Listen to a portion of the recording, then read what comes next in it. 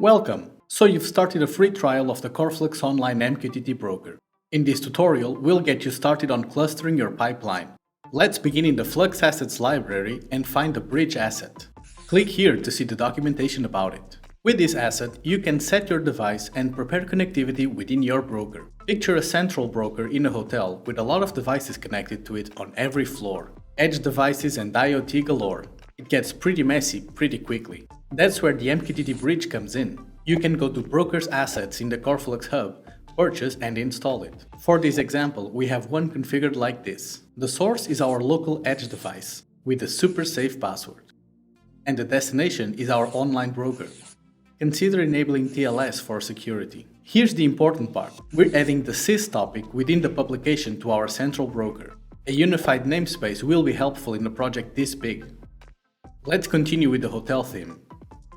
Save configuration and press play. Let's check our local broker, which is an edge device, on MQTT Explorer. This is running Coreflux with the assets, the resources, it's all here.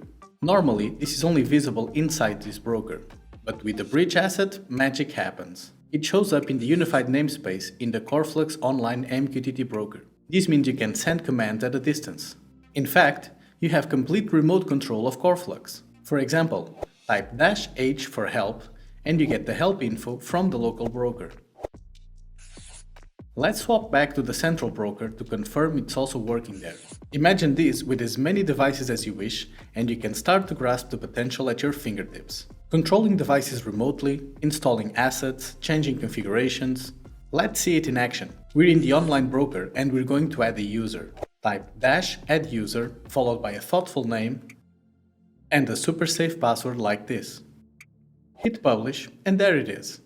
Swap back to the local broker and try to connect as a new user. We're in. By choosing the correct Coreflux building blocks, the power you have can evolve dramatically.